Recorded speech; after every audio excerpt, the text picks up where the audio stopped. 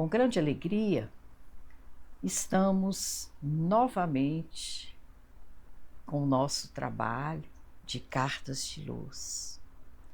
Hoje temos uma alegria imensa em apresentar para vocês um convidado extremamente importante de várias formas, no movimento espírita, na divulgação do espiritismo, e um amigo fraterno, um amigo que confiou no nosso trabalho. E hoje ele se encontra aqui para responder mais uma cartinha. Hoje nós teremos o prazer de estar com Marcel Mariano. Porém, antes de apresentá-lo, sou trabalhadora da Seara Espírita. Meu nome é Rosana Silqueira Paixão. Em Cartas de Luz, esse trabalho de divulgação do Espiritismo. É um trabalho que pretende responder às indagações daquelas pessoas, daquele público que não tem grande conhecimento da doutrina espírita, mas que tem interesse.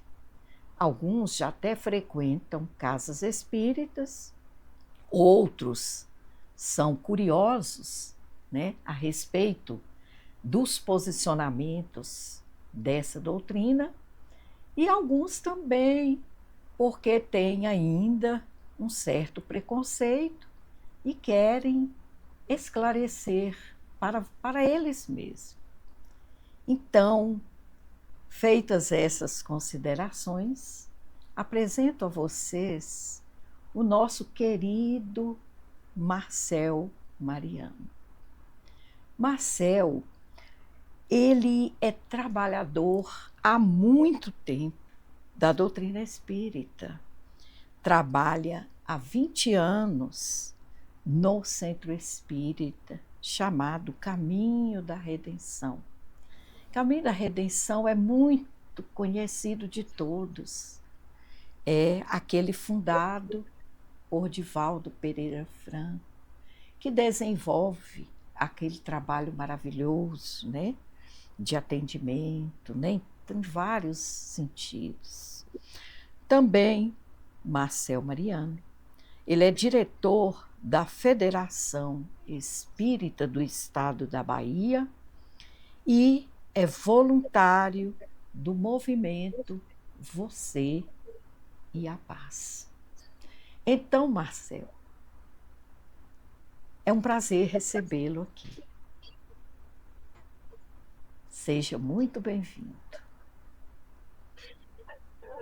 Meus amigos, minhas amigas, caros internautas que nos acompanham nesse instante por este aplicativo, nossos votos cordiais de muita paz.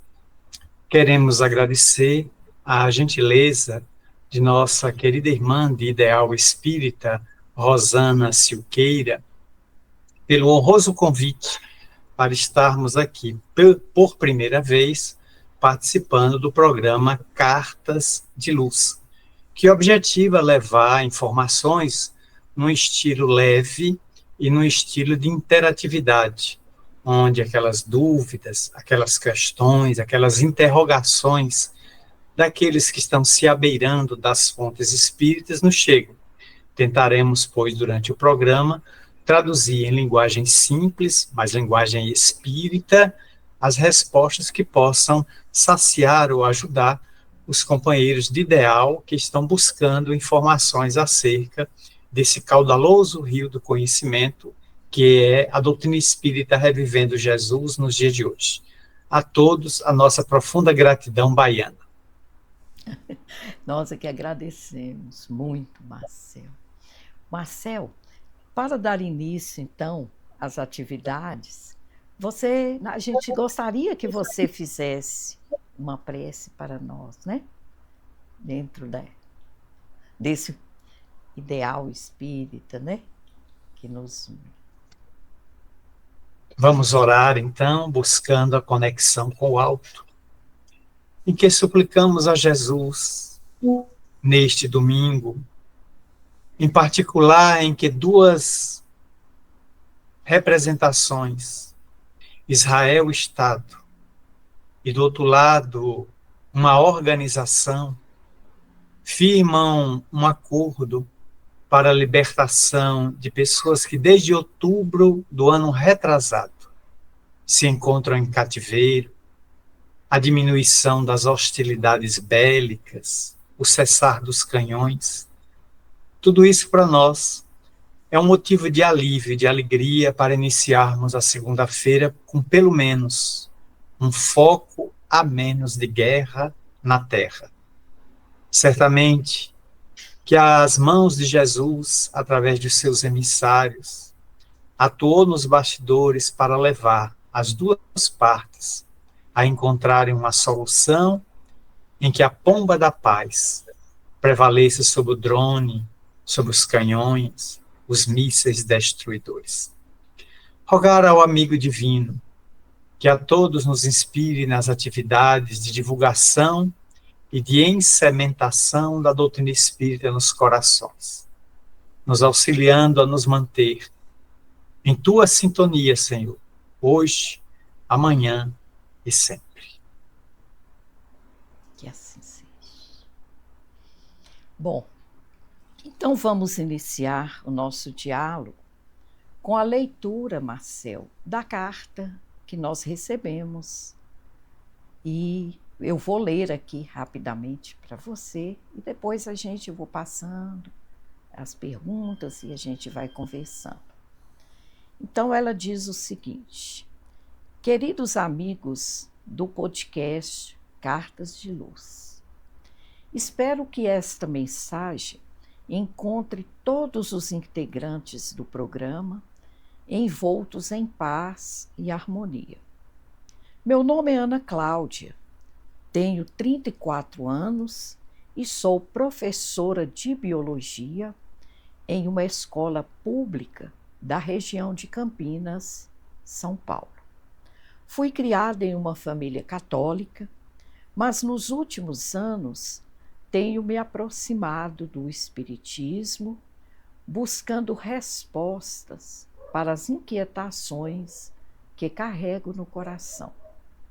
A situação que me levou a escrever esta carta é bastante concreta e me causa profunda angústia. Recentemente, tive uma conversa com meu irmão Ricardo, que é ateu e cientista. Ele frequentemente me questiona sobre a compatibilidade entre a doutrina espírita e a teoria da evolução das espécies de Charles Darwin. Como professora de biologia, compreendo e ensino sob o ponto de vista científico. Contudo, ao estudar a evolução espiritual e a ideia de que os espíritos também passam por estágios evolutivos, sinto que me falta um entendimento mais profundo e coeso para conciliar essas duas visões. Além disso, meu irmão insiste que o sofrimento humano, as desigualdades sociais e as dificuldades da vida não podem ser explicadas apenas pelas ideias de provação ou resgate de vidas passadas, como ensina o Espiritismo.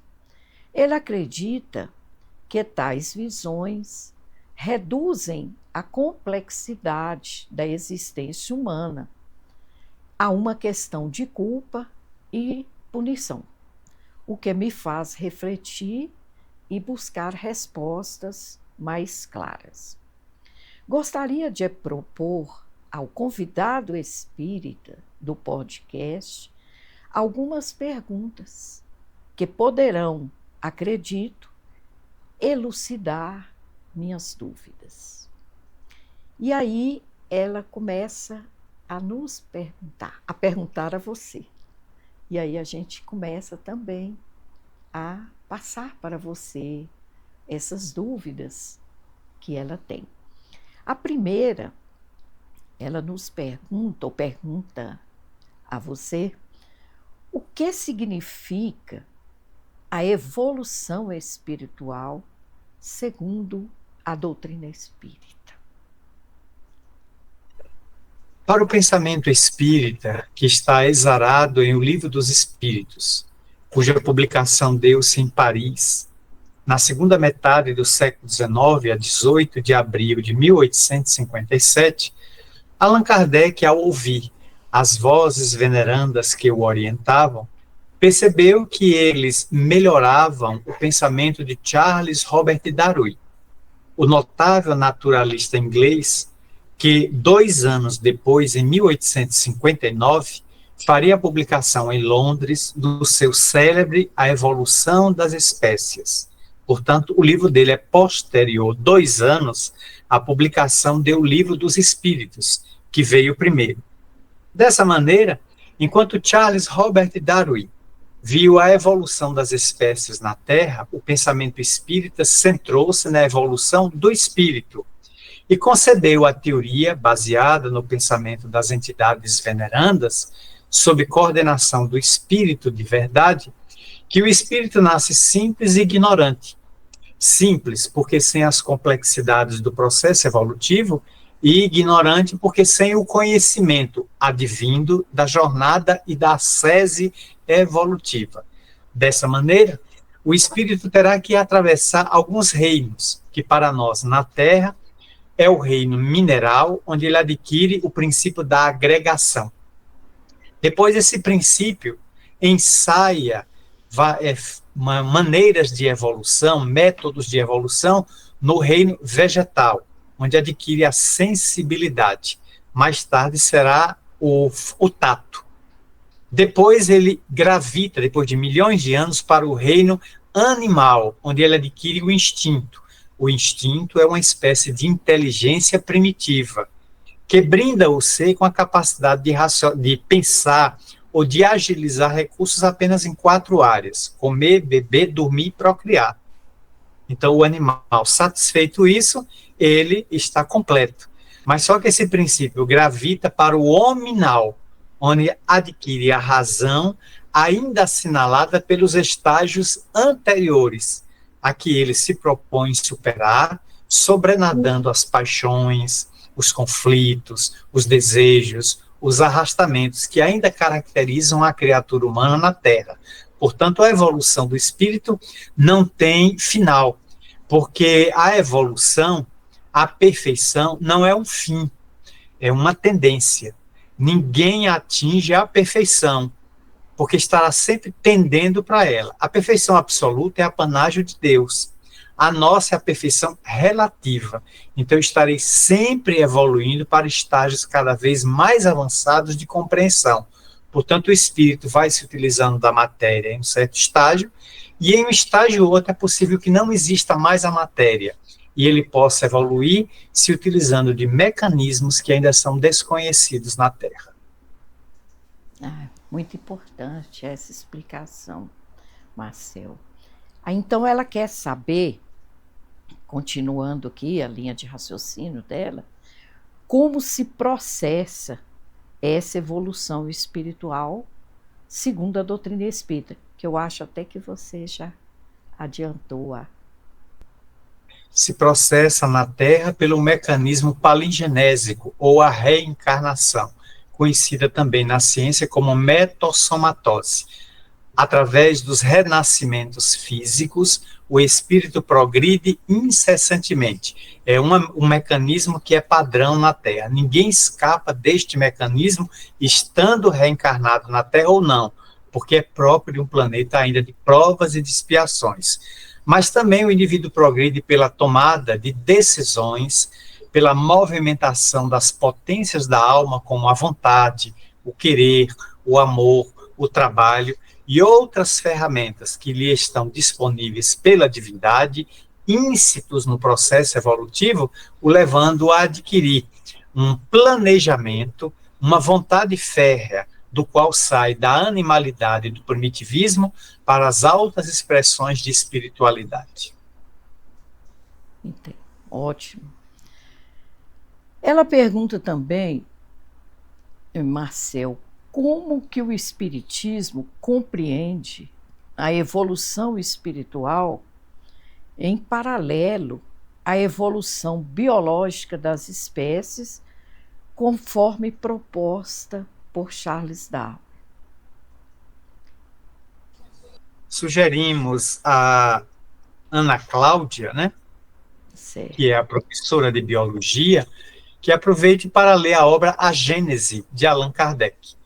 É uma obra publicada um ano antes da desencarnação do codificador, de 1868, ele desencarnou em 1869, de modo que ela traz uma explicação da gênese bíblica, a gênese, digamos, material, e a gênese espiritual. Elas duas caminham em paralelo, de modo que Charles Robert Darwin só pôde examinar, é óbvio, a evolução dos corpos, porque ele era um naturalista, ele era um biólogo, e através do navio Beagle, ele viajou durante 30 anos pelo mundo, inclusive ele esteve na Bahia, ele esteve em Salvador, esteve no Brasil, na Amazônia, pegou malária, ele voltou adoentado para a Inglaterra, então ele examinou apenas artefatos, corpos, fósseis e os grandes lagartos da ilha de Galápagos, que o impressionou porque são os remanescentes dos antigos dinossauros,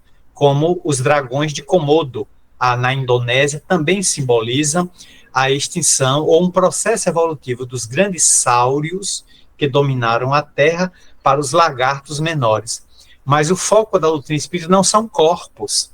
Isso é objeto da biologia, é objeto da genética, da arqueologia. O espiritismo observa a evolução do espírito, propondo que esse espírito mergulha no corpo e sai dele inúmeras vezes, quantas vezes forem necessárias, a fim de turbinar o seu processo evolutivo. Em cada uma dessas experiências paligenésicas, o espírito agrega mais conhecimento, libertando-se da ignorância, e mais evolução na área dos sentimentos, agregando mais espiritualidade e emoção superior ainda ao seu atraso evolutivo, de modo a sobrenadar sobre as paixões. Entendo. Muito interessante. Há um livro, Marcel, não sei se você conhece, não é um livro espírita. Ele se chama O Diálogo Possível entre Charles Darwin e Kardec. Você já ouviu falar desse livro? É bem interessante, né? Já ouvi, mas não examinei ainda não. É bem interessante. Ela faz, é uma autora, me lembra que agora faz algumas considerações aí sobre essa questão também. Não é sobre o ponto de vista, mas ela se convenceu lendo a obra de Kardec. É bem interessante também. A nossa querida Ana Lúcia, Ana Paula, né? Ana Lúcia, Ana Cláudia, ela nos pergunta também, a teoria de Darwin considera a seleção natural como mecanismo-chave da evolução. Há algum mecanismo semelhante na evolução do espírito, de acordo com o espiritismo? Praticamente, a resposta que nós ofertamos à pergunta número 2 é a mesma que oferta essa, pelo que a redundância não seria muito viável. Entretanto, o espírito evolui nos dois planos. Ele evolui quando está na matéria, reencarnado, de modo a travar contato com as experiências mais consolidadas do plano físico, e ele também evolui no mundo espiritual. No momento em que ele evolui também no mundo espiritual, ele sublima o seu corpo espiritual, chamado no espiritismo de perispírito, chamado pelos antigos egípcios de Ka, corpo aeriforme, corpo de plasma biológico, MOB, modelo organizador biológico, de modo que o perispírito tem mais de 200 nomenclaturas diferentes, conforme as ciências, a filosofia e o esoterismo o abordam. E esse corpo espiritual, à medida que ele evolui, ele vai imprimindo novas características no corpo físico, aperfeiçoando, de modo que hoje o corpo físico do homem, o Homo sapiens sapiens, difere do Homo sapiens de 150 mil anos atrás, difere do homem de Neandertal de 300 mil anos atrás e difere do Pithecanthropus erectus de mais de 10 milhões de anos atrás, porque foi havendo evolução no plano espiritual e essa evolução impressa no DNA do perispírito foi imprimindo novas características metabólicas, de pensamento, de atitudes, de comportamento e no próprio carro físico dos corpos que esses espíritos iam se utilizando, de modo que nós estamos evoluindo para o homos noéticos ou homo tecnológicos. Há duas versões desse novo homem que vai surgir dentro de 500, 1000 anos, 2000 anos pela frente, profundamente antenado com a tecnologia, mas sobretudo com a espiritualidade. Nossa, que bacana, né?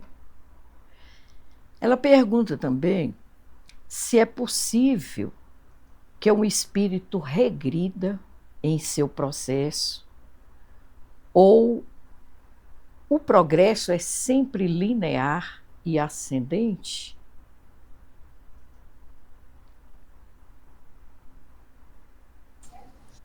Conforme a questão 120 do Livro dos Espíritos, que recomendamos mais uma vez com ênfase que seja estudado pela digna mestra de biologia, o espírito não regride, ele pode estacionar momentaneamente o seu processo evolutivo. Ele pode frear, ele pode até parar, mas ele não perde as conquistas que já teve. Ele deixa de agregar novas conquistas, porque ele momentaneamente estaciona na rebeldia, estaciona na ignorância, porque o mal não existe. O mal é a ausência do bem, como a treva é a ausência da luz. Não existe nenhuma ciência que estuda a treva. Não se pode estudar quando não existe o objeto de estudo, porque se eu apago a luz, a treva toma conta, mas ela não pode ser estudada. A luz pode pela ótica. A ótica é a ciência que estuda a luz. Ela tem velocidade, 300 mil quilômetros por segundo, ela tem corpúsculos que a compõem, então ela pode ser estudada, a treva não.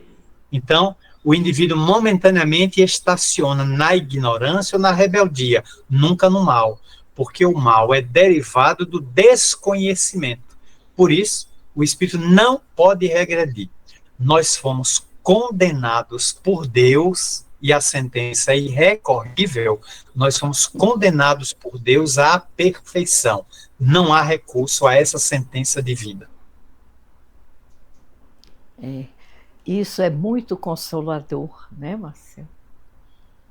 E espíritos perfeitos que a gente é, né? Tem aí essa consolação, né? De saber que nós podemos progredir e vamos progredir sempre, né? Então, ela pergunta aqui, complementando, né, essa pergunta anterior, como que a reencarnação contribui para o progresso do espírito? Em cada nova etapa palingenésica, o espírito cresce, o espírito evolui, aprende algo. Mesmo quando ele devota sua existência ao mal, ele convive com a mãe, ele convive na família, porque até os brutos também amam. Apesar de Adolf Hitler ser essa figura execrável na história, ele amava profundamente Eva Braun, a sua companheira, e ele gostava muito de um cachorro pastor alemão chamado Wolf, Então, ele tinha uma ternura por um animal e por uma mulher.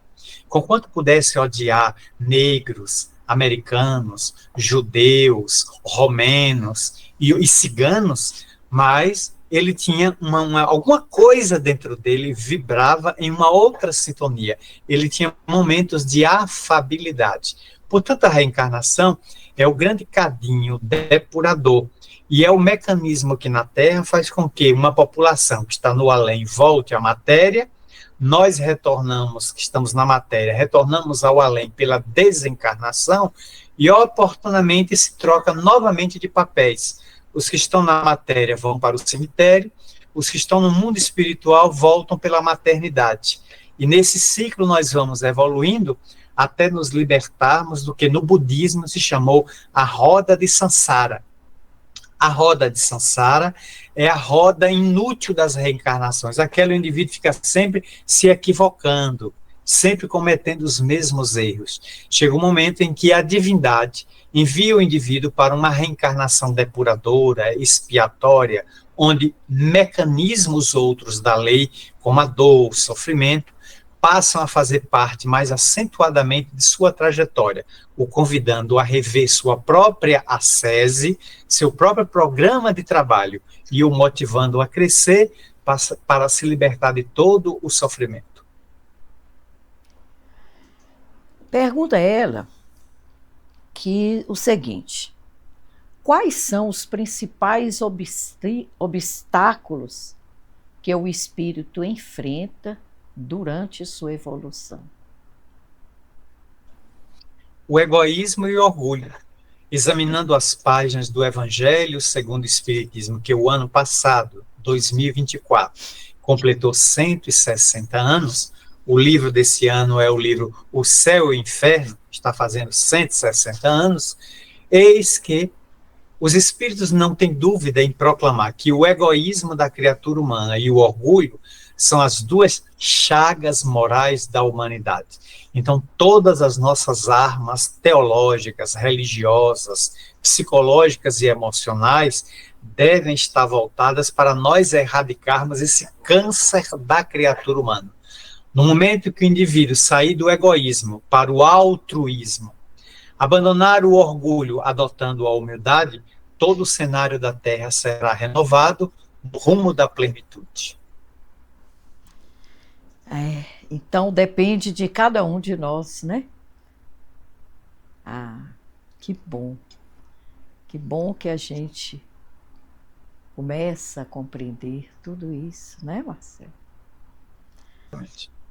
Pergunta também ela de que forma a prática da caridade e do amor ao próximo acelera a evolução espiritual? A caridade passou na história como sendo doação de coisas. Ainda hoje a temos como sendo eu doar água, um pão, um vestuário, um remédio, um agasalho à pessoa. Sem sombra de dúvida que é caridade. E quem tem sede, quer água. Quem tem fome, quer alguma coisa para comer. Quem está com frio ou doente, quer o remédio ou o agasalho. Mas a doutrina espírita, trabalhando no Evangelho segundo o Espiritismo, a expressão ou verbete caridade, percebeu que a caridade é muito mais ampla do que isso. E podemos admiti-la em duas vertentes. A caridade material é aquela que você socorre o outro nas necessidades materiais que a pessoa tem. O desafortunado, o infeliz, a pessoa marginalizada, o invisível social. Mas há uma caridade moral. É a caridade de nos tolerarmos uns aos outros, de aceitar os outros não como eu gostaria que o outro fosse, mas aceitar o outro como o outro logrou ser, porque cada um é o que é, como eu sou o que eu sou. E se nós tivermos na sociedade a caridade de nos tolerarmos, o preconceito morre, a homofobia se desidrata, todas as manifestações de ojeriza ou de anátema ao outro deixam de existir por estarem desvitaminados em função desses complexos que adotamos de ojeriza e de antipatia ao outro. Mas na questão 886 do Livro dos Espíritos, Allan Kardec foi taxativo. Qual o verdadeiro sentido da palavra caridade, como a entendia Jesus? Notem bem a pergunta. É como Jesus entendia a caridade. E os Espíritos responderam que Jesus entendia que a caridade é perdão das ofensas, benevolência para com todos e indulgência para com as imperfeições alheias. Não tem nada de material nisso aí. E olha que foi o ser que alterou água para vinho, multiplicou pães e peixes, curou pessoas extraindo a cegueira, retirando a morféia, as doenças, e patrocinando uma série de curas materiais num povo que era extremamente cético. Quando ele esteve entre nós, entre o povo judeu, o povo só acreditava se visse. Então ele teve que descer ao nível evolutivo daquelas pessoas para produzir fenômenos de natureza psicapa ou de natureza psigama, para usar aqui uma terminologia da parapsicologia, hoje respondendo na área da psicobiofísica, de modo a impactar aquelas pessoas. Hoje já não precisamos disso. A mudança moral do indivíduo já é o melhor sinal de que o indivíduo está se tornando uma pessoa diferente, uma pessoa melhor. Por isso mesmo, a caridade para Jesus era perdão das ofensas. Compreender as imperfeições alheias, porque eu espero também que os outros compreendam como eu ainda carrego deficiências. E, ao mesmo tempo, benevolência para com todos. Isso é bom, mesmo que a pessoa me seja ingrata, mas o problema não é meu. O problema é da pessoa. O ingrato é um doente. A pessoa que desenvolve a benevolência já está no caminho das demais outras virtudes. É muito interessante, né? A questão da caridade, né? Ela pergunta também como os espíritos desencarnados auxiliam na evolução daqueles que ainda estão encarnados. Eles nos auxiliam pela inspiração, pela vibração, pela proteção. Sabemos hoje, à luz da doutrina espírita, mas isso é ancestral, desde Sócrates, que admitia que era seguido por um daimon, ou daimonion, que a tradição de uma língua para outra, até chegar ao latim, corrompeu a palavra para transformar o daimon no demônio. Mas Sócrates era seguido por um daimon, um gênio, um espírito amigo, que o inspirava. Quem não gostaria de ter o mesmo guia que Sócrates teve? Porque ele é o pai da filosofia. Então, a corruptela das línguas é que transformou esse ser num ser diabólico. Não tem nada a ver. Mas Sócrates se falava disso. Então, o espírito desencarnado, que ama a retaguarda que ficou, sua família, seus amigos, ele retorna e inspira, ele ajuda, ele dá boas sugestões. Lógico, quem bate o martelo é a gente, a decisão final é nossa. Mas a entidade nobre nos inspira sempre a cumprir com os nossos deveres. Ao lado dos nobres, nós temos hoje em torno da Terra bilhões de espíritos desencarnados vinculados ao mal, vinculados à ignorância, à perversidade, ao crime. Eles também inspiram a criminalidade. Por isso que o indivíduo deve ser responsável pelo seu livre-arbítrio. O Espiritismo é a doutrina que matou e enterrou a culpa. Ninguém é culpado. Para o Espiritismo, todo mundo deve ser responsável. Feliz daquele que consiga vomitar a culpa, jogue fora esse lixo e absorva a responsabilidade. E passe a ser responsável pelo que faz e também pelo que deixa de fazer, o que demonstra que o indivíduo está na trilha da maturidade, de ser maduro perante si mesmo e responder pelos seus atos. Por isso mesmo, os bons espíritos nos inspiram. Feliz de quem absorve essas inspirações, transformando ela em atos, em vivência, em pensamentos, porque entra em conexão e interrompe o conúbio com as mentes perversas que pululam na erraticidade em torno do globo terrestre. Ô Marcel, é interessante a questão que ela propõe, seguindo a esta, é qual o papel do livre-arbítrio no processo evolutivo do espírito. O livre-arbítrio, como já comentamos anteriormente, é a ferramenta que a divindade nos dá em certo momento de nossa evolução, porque os animais não a têm.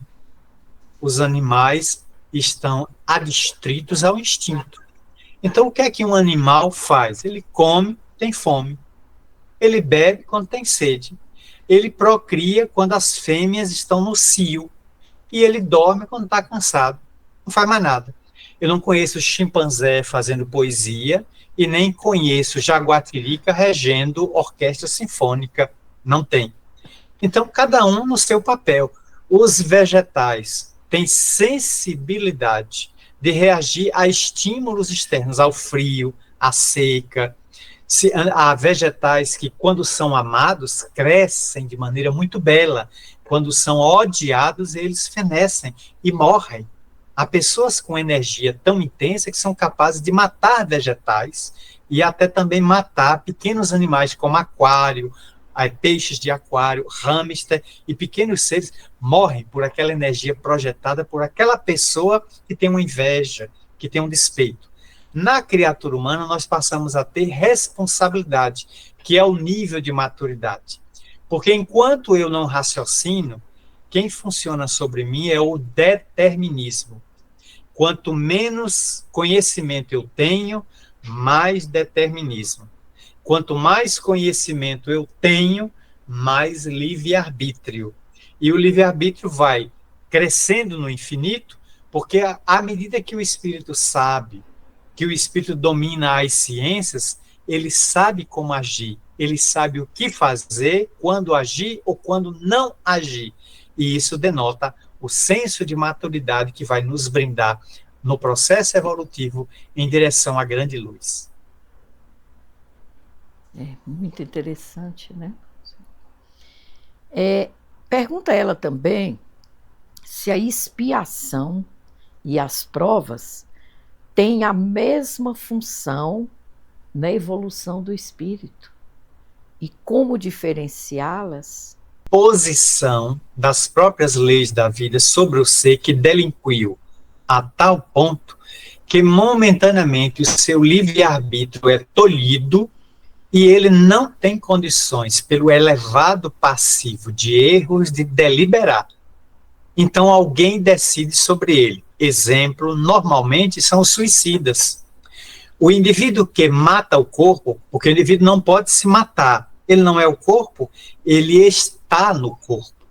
Então o indivíduo mata o veículo físico no qual se manifesta na matéria. Ele adentra-se o mundo espiritual. O dano é tão violento ao seu perispírito e emocionalmente a ele próprio, que espíritos superiores, espíritos amigos, decidem por ele qual o gênero de expiação, com X, que ele vai cumprir na Terra, voltando muitas vezes sobre as injunções daquele escândalo que ele mesmo provocou. Então, deu um tiro nas têmporas, volta muitas vezes com o cretinismo, a idiotia, a hidrocefalia, a microcefalia e outros transtornos cerebrais. O indivíduo que enforcou-se volta tetraplégico, aquele que tomou veneno volta com cânceres ou determinadas doenças do trato digestivo, que é o resgate natural para esse tipo de ação deletéria, altamente prejudicial ao indivíduo. Já a provação, como o nome está dizendo, é quando o espírito adquire um certo mérito, então ele mergulha numa experiência provacional onde ele vai ser testado. Imaginemos nós, portanto, um espírito de alta cultura descer no meio de pessoas incultas. A dificuldade que ele vai ter de dialogar. Um espírito possuído de um grande amor amplificado pela humanidade, mas desce no meio de pessoas profundamente depravadas. O indivíduo casto, o indivíduo ético, descendo no meio de uma família dada ao furto, ao suborno, à corrupção, e ela ser a única pessoa autêntica e verdadeira, é um estado provacional. Então ela está ali muitas vezes para ajudar a redimir aquelas vidas pela sua conduta. Porque nós temos que perceber que ninguém muda ninguém. A única pessoa que eu posso modificar na Terra é a mim mesmo. Ao outro eu posso dar canja de galinha, copo de água e conselho, como nós dizemos na Bahia. É a única coisa. O outro segue se quiser. Eu posso dar conselho a um filho, conforme a questão 583 do Livro dos Espíritos, onde está claro de que os pais devem educar os filhos. Mas se mesmo apesar de uma educação rigorosa, uma educação nobre, digna, recebida de pai e mãe, o meu filho entra no crime, serei eu responsável? Não. Porque eu dei a ele tudo que podia, tudo que estava ao meu alcance enquanto educação.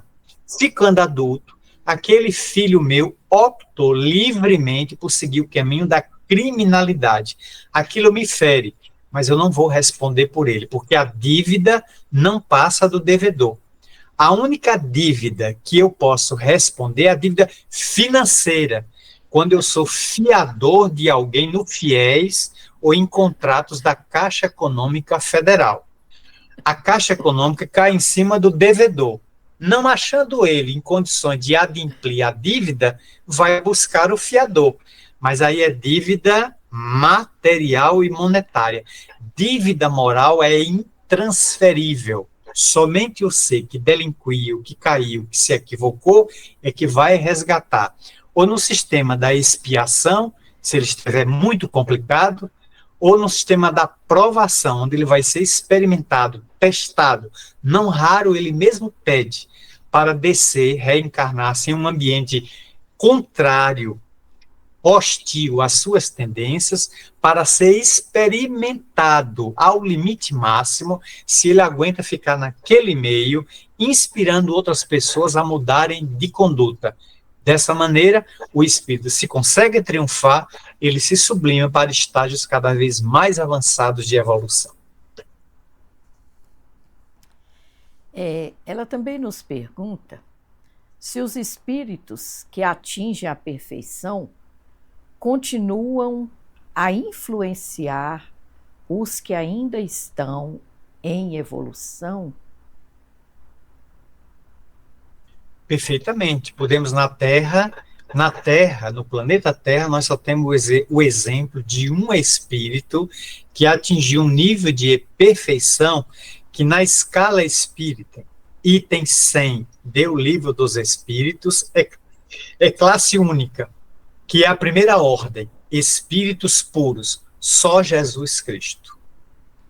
Todos os outros espíritos que já passaram pela Terra, Buda, Forri, Confúcio e Francisco de Assis, são espíritos superiores, buscando esse estágio de evolução crístico.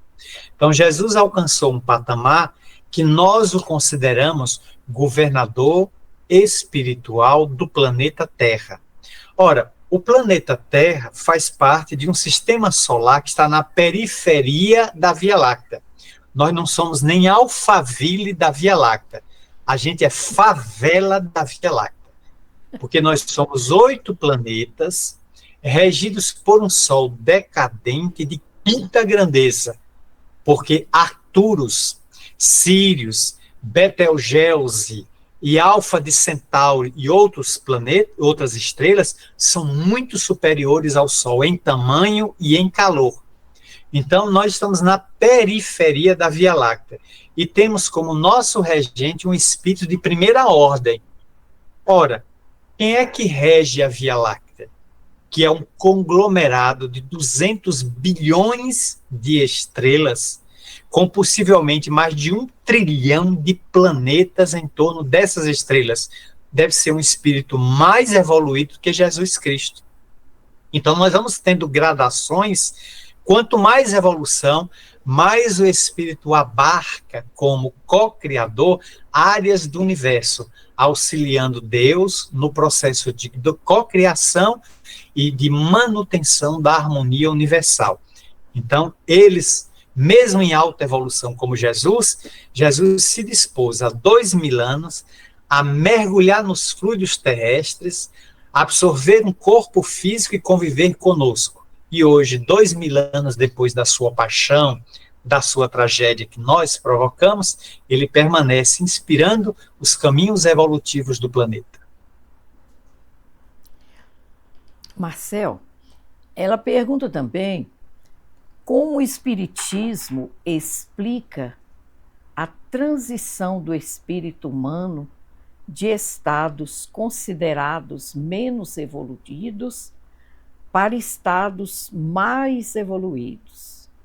Essa transição está relacionada às experiências em diversas encarnações?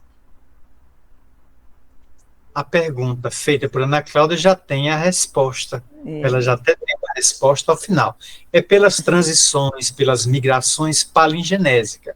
Voltamos a recomendar a leitura e o estudo atencioso do livro dos Espíritos e também do livro A Gênese, onde Allan Kardec desdobra isso com absoluta clareza, demonstrando, pois, que através de várias reencarnações, o espírito chega à condição humana.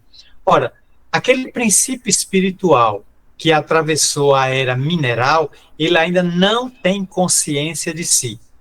Chegando ao vegetal, ele só tem sensibilidade, mas não há uma consciência amplificada. Quando ele chega no animal, ele adquire um perispírito, e ele adquire uma inteligência primária, primitiva, que nós chamamos na Terra de instinto. Depois existe uma transição do animal para o hominal, onde ele adquire percepções mais avançadas, estagiando na razão. Quando isso ocorre? Ainda não sabemos. Em que local isso ocorre? Não temos ainda informações, porque as ciências atualmente da Terra não têm palavras, verbetes para traduzir o que ocorre apenas no plano espiritual nessa transição. Por isso os espíritos não adiantaram para a época, porque nós não teríamos condições de entender ainda essa mudança. Quem veio fazer um avanço nesse período foi a literatura do espírito André Luiz, psicografada por Chico Xavier e por Valdo Vieira. Marcel, a última pergunta dela é o seguinte: como a evolução espiritual de um indivíduo pode impactar positivamente a sociedade como um todo? Se essa pessoa se fizer uma carta do Evangelho, é nossa fatalidade. A nossa fatalidade evolui sempre, já que não podemos retroceder, mas podemos estacionar. Entretanto, o estacionamento vai acionar mecanismos da lei, como a lei de progresso, a lei de destruição, que vai nos empurrar forçosamente para adiante, porque Deus deseja, nos seus insondáveis desígnios, que todas as criaturas inteligentes que ele criou e que a ele se lhe assemelham, que elas evoluam. Então o indivíduo vai evoluindo cada vez mais para níveis avançados de compreensão, onde vai compreendendo o serviço, vai trabalhando, vai lutando pelo bem-estar do outro, porque o bem-estar do outro é meu próprio bem-estar. Ele vai se vinculando ao bem, ele vai patrocinando a caridade, a amorosidade, a fraternidade. Então, hoje temos exemplos notáveis em Francisco de Assis, em Teresa de Ávila, em Francisco Cândido Xavier, em tantos outros que se dedicaram a sua vida a serem verdadeiros esteios de uma nova sociedade. O que, por nossa vez, é a nossa fatalidade amanhã ou depois. Alguns vão chegar ao porto um pouquinho mais tarde, outros vão chegar mais cedo, mas depende de cada remador levar a sua jangada, levar o seu barco com a velocidade que for possível até esse porto onde o Cristo nos espera para nos reunir com um pastor, reunindo todas as ovelhas em torno do seu aprisco. Ô Marcel, e que maravilha, né? E dentro aí do que você coloca, né? É a gente lembrar de Jesus, né? dizendo que nenhuma das ovelhas que o meu pai me confiou se perderá, né? Então a gente tem essa confiança, essa fé, e isso faz com que a doutrina espírita, né, esta que é a tradução moderna, né, mais moderna do Evangelho, né, nos traz de consolação, de acolhimento, e é um maravilhoso isso, né? Mas a Ana ela despede agradecendo imensamente a oportunidade de compartilhar essas dúvidas que brotam, segundo ela, tanto das suas experiências pessoais quanto da formação acadêmica. Diz ela, aspas, tenho certeza de que as respostas do entrevistado terão mais luz para o meu caminho e para os demais ouvintes do podcast. Com gratidão e carinho, Ana Cláudia. Marcel, então, assim, as perguntas dela são essas, todas respondidas brilhantemente. Para mim foi uma lição de luz, de conhecimento, e eu te agradeço profundamente. Te devolvo a palavra, Marcel, para que você faça as suas considerações finais, para que a gente possa, né, estar no tempo aqui, obedecendo o tempo aqui que a plataforma nos permite. Queremos agradecer a nossa nobre entrevistadora, muito digna e generosa, que nos convidou para a noite de hoje. Agradecer à professora, à educadora Ana Cláudia, que nos destinou a essas questões palpitantes e que certamente vão ser de utilidade para outras pessoas que, como ela, talvez carreguem as mesmas dúvidas no mesmo terreno.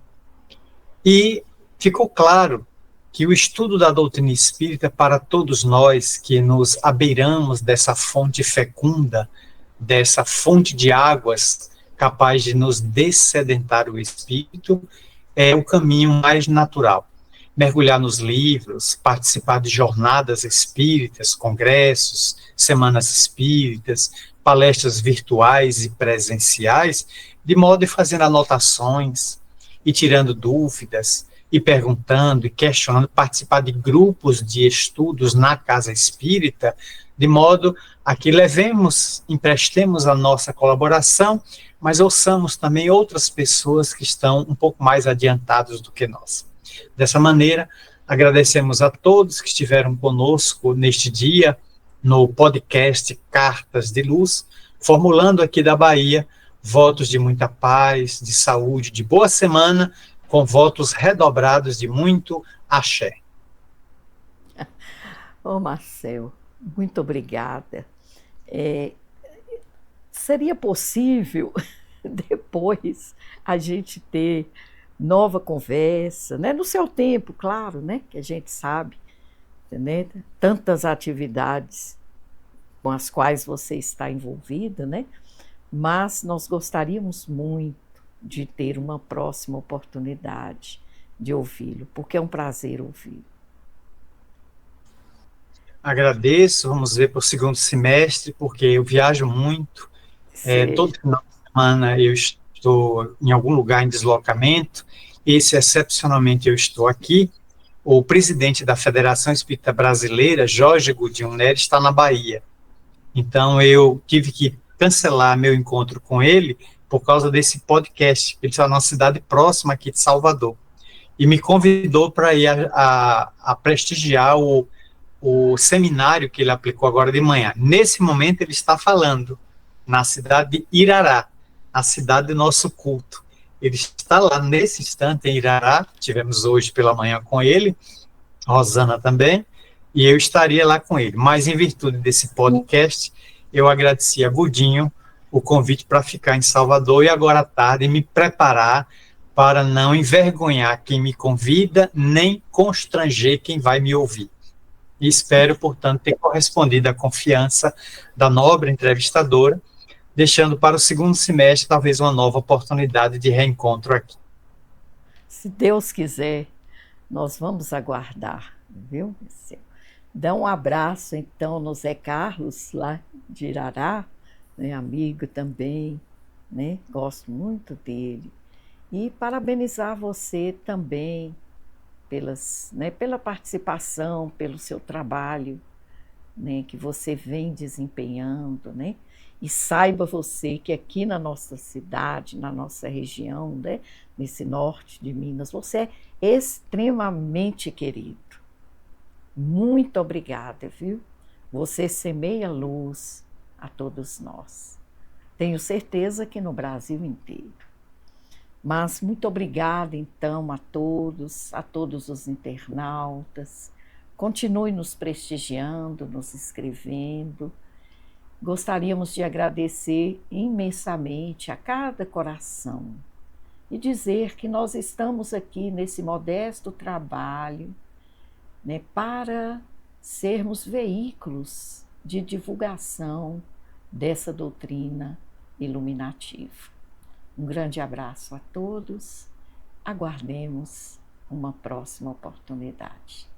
Muito obrigada. Tenham um ótimo dia, uma ótima noite.